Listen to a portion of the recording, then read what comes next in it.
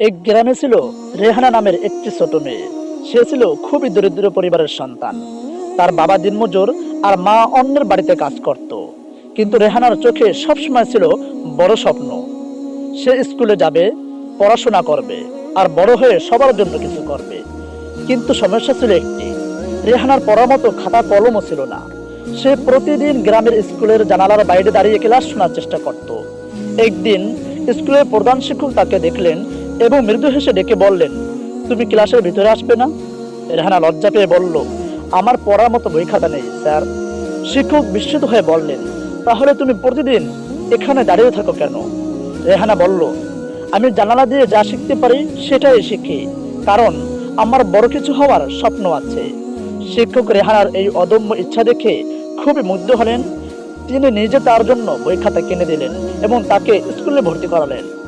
রেহানা এরপর মন দিয়ে পড়াশোনা শুরু করলো। ধীরে ধীরে সে গ্রামের সবচেয়ে মেধাবী ছাত্রী হয়ে উঠল। অনেক বছর পর রেহানা একজন বড় ডাক্তার হলো।